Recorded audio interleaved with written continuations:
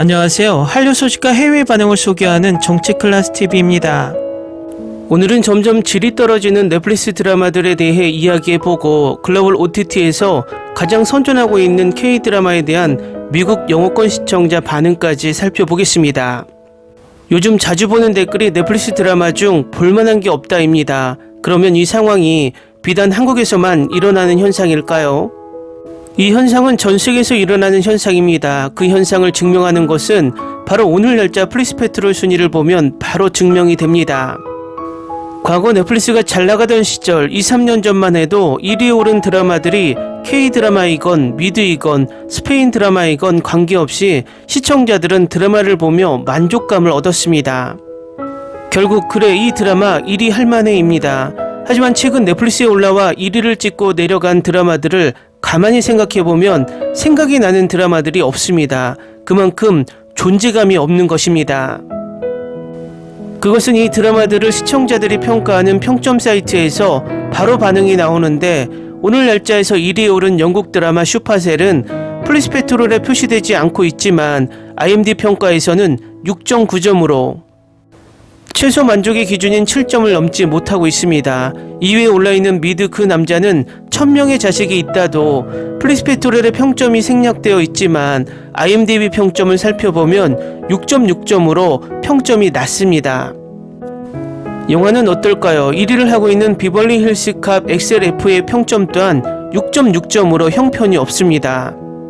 그럼 드라마 1위에서 10위까지 시청자 평점은 어떨까요? 20위 안의 평점이 8점을 넘은 드라마는 단 하나밖에 없으며 그 드라마는 K-드라마 낮과 밤이 다른 그녀가 받은 8.2점이 최고점입니다. 낮과 밤이 다른 그녀는 현재 8화까지 방영 중인데 아직도 남미에선 방영을 하고 있지 않아서 남미에서 방영된다면 최소 전세계 3위 안에는 들지 않았을까 개인적인 생각을 해봅니다. 재미있는 것이 릴리든 드라마들은 전세계 전체 공개되어 있는 가운데 히트맵을 살펴보면 아시아에선 힘을 쓰지 못하고 있습니다. 결국 미드나 영들을 아시아에 노출을 해도 2-3년 전 기묘한 이야기나 위쳐, 블랙미러, 웬즈데이 같은 성공한 드라마 외에는 아시아에선 전혀 먹히지 않는 것을 알 수 있습니다.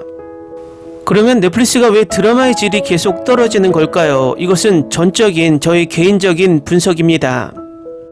넷플릭스는 K-드라마 오징어 게임의 성공 이후에 K-드라마에 계속 투자를 하며 지금 우리 학교는 지옥, 스위트홈, 더 글로리 등등 전 세계적으로 엄청난 성공을 거두었고 이 성공을 발판으로 제2의 K-드라마를 찾겠다는 생각에 많은 나라에 제작 지원을 하며 여기저기 분산 투자를 했습니다.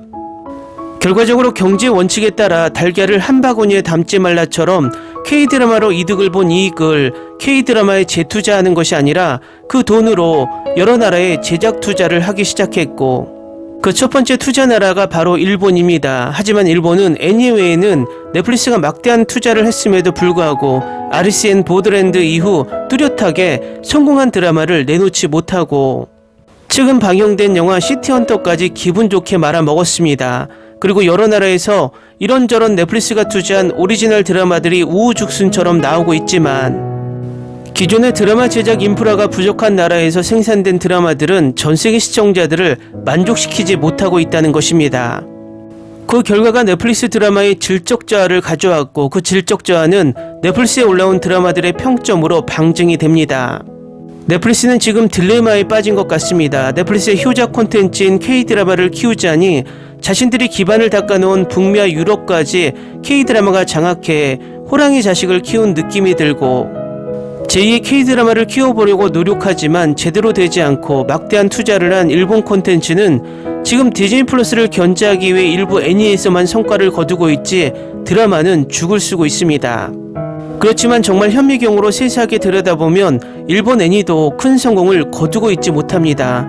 지난번에 제가 영상으로 소개시켜드렸지만 일본 애니의 국가별 시청시간을 살펴보면 일본에서 시청시간 소비가 거의 70에서 80%를 차지하며 전 세계적으로 시청시간이 높지 않습니다. 일본 애니가 순위에 잡히는 이유는 단순합니다. 애니의 실행 회차를 실행 시간으로 나눈 새로 바뀐 순위 집계 방식 때문에 1애니가 상대적으로 짧은 회차와 짧은 실행 시간을 가지고 있기 때문에 일본 내에서 시청 시간으로 쉽게 전 세계 순위에 들고 있기 때문입니다. 그 결과는 일본의 플레이스페트롤 순위를 보면 바로 알 수 있습니다. 일본 시청자들은 K드라마 일본 애니만 열심히 시청하지 다른 드라마엔 별로 관심이 없습니다. 이런 상황이니 계속해서 가시적으론 미드와 일본 애니만 순위에 올라오고 있고 두 컨텐츠가 잘 나가는 것처럼 보이지만 실상은 평점을 보듯이 전세계 시청자들은 실망을 계속하는 결과를 낳고 있습니다. 넷플릭스가 이런 경영 방침을 바꾸지 않는 한 시청자의 외면은 계속될 듯 보입니다. 다음은 그래도 유일하게 넷플릭스 순위에 올라와 있는 K드라마 낮과 밤이 다른 그녀를 시청한 미국 영어권 시청자 반응입니다. 한국 드라마 감독들은 항상 초자연적인 이야기를 끌어내는데 훌륭하다. 이 드라마도 다르지 않다. 차가운 범죄 사건을 해결하는 데 담긴 판타지 요소는 훌륭할 뿐만 아니라 그 이상이다. 코미디, 서스펜스, 케미를 제대로 볼 수 있어서 정말 재밌었어요. 오랜만에 기분 좋고 흥미 가득한 드라마를 봤어요. 정말 보기 전에 느꼈던 K드라마 침체에서 벗어나게 해주는 최고의 드라마였어요. 이화에서 이 드라마에 푹 빠져서 멈출 수가 없었어요. 재밌고 가벼운 분위기였어요. 부모님과 가장 친한 친구까지 너무 좋았고 남주는 정말 영웅이었어요. 여주는 절망과 좌절에 울부짖는 장면에서 좀 울기도 했어요. 지금은 만족스럽고 다음 회가 기대돼요. 이 드라마의 유머를 좋아해요. 보는 재미가 너무 좋고 주인공들도 좋아요. 다들 잘해요. 정말 추천해요. 이 드라마 너무 좋아요. 출연 배우들 다 재능이 넘쳐요. 특히 주연 3인방인 이정은, 정은지, 그리고 제가 제일 좋아하는 최진혁. 정말 재미있고 흥미진진합니다. 긴장감과 살인이 함께 있는 독특한 작품입니다. 정말 많이 웃었습니다. 드라마 컨셉이 좋아요. 너무 재밌어요. 너무 좋다. 내 새로운 편안한 드라마. 매 에피소드가 기대돼요. 정말 흥미진진해요. 이 시리즈 너무 좋아요. 매 에피소드가 예측 불가능해요. 모든 캐릭터를 느낄 수 있어요. 내가 오랜만에 본 최고의 K드라마 중 하나. 매우 재밌어요. 웃기네요. 이 드라마의 모든 장면이 너무 좋아요. 이렇게 웃긴 건 오랜만이에요. 지금 넷플릭스에서 방영 중인 최고의 한국 드라마 중 하나. 넷플릭스 드라마는 K드라마 외엔 점점 재미없어진다. 이정우는 더 강력한 각본과 더 나은 캐스팅을 받을 자격이 있습니다. 엄마가 가장 좋아하는 새로운 시리즈. 이건 미스터리와 스릴러 장르의 드라마인데 로맨스도 살짝 섞여 있어요. 댓글 반응 잘 보셨나요? 솔직히 댓글 반응에서는 딱 하나만 보면 됩니다. 재밌어요. 이 단어 하나면 그 드라마는 끝입니다. 우리는 드라마를 재미있기 때문에 봅니다. K드라마를 전 세계에서 열광하는 이유 또한 재미있기 때문입니다. 앞으로도 전 세계를 만족시킬 K드라마가 꼭 넷플릭스에서가 아니라 다양한 글로벌 OTT에서 많이 등장하길 바랍니다.